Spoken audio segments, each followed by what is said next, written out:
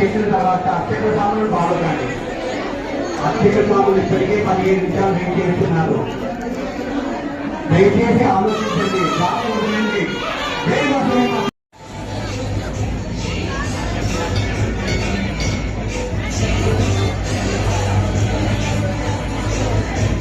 Venkat Venkat Kiran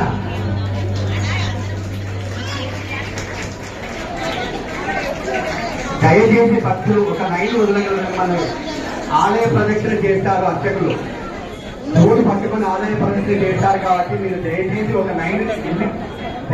line ఇవ్వగలరని మనవి. ఆలయ ప్రదక్షిణ చేస్తారు అర్చకులు. అర్చక సభలకు మీకు దారి ఇవ్వాలని మా ఒక మనవి.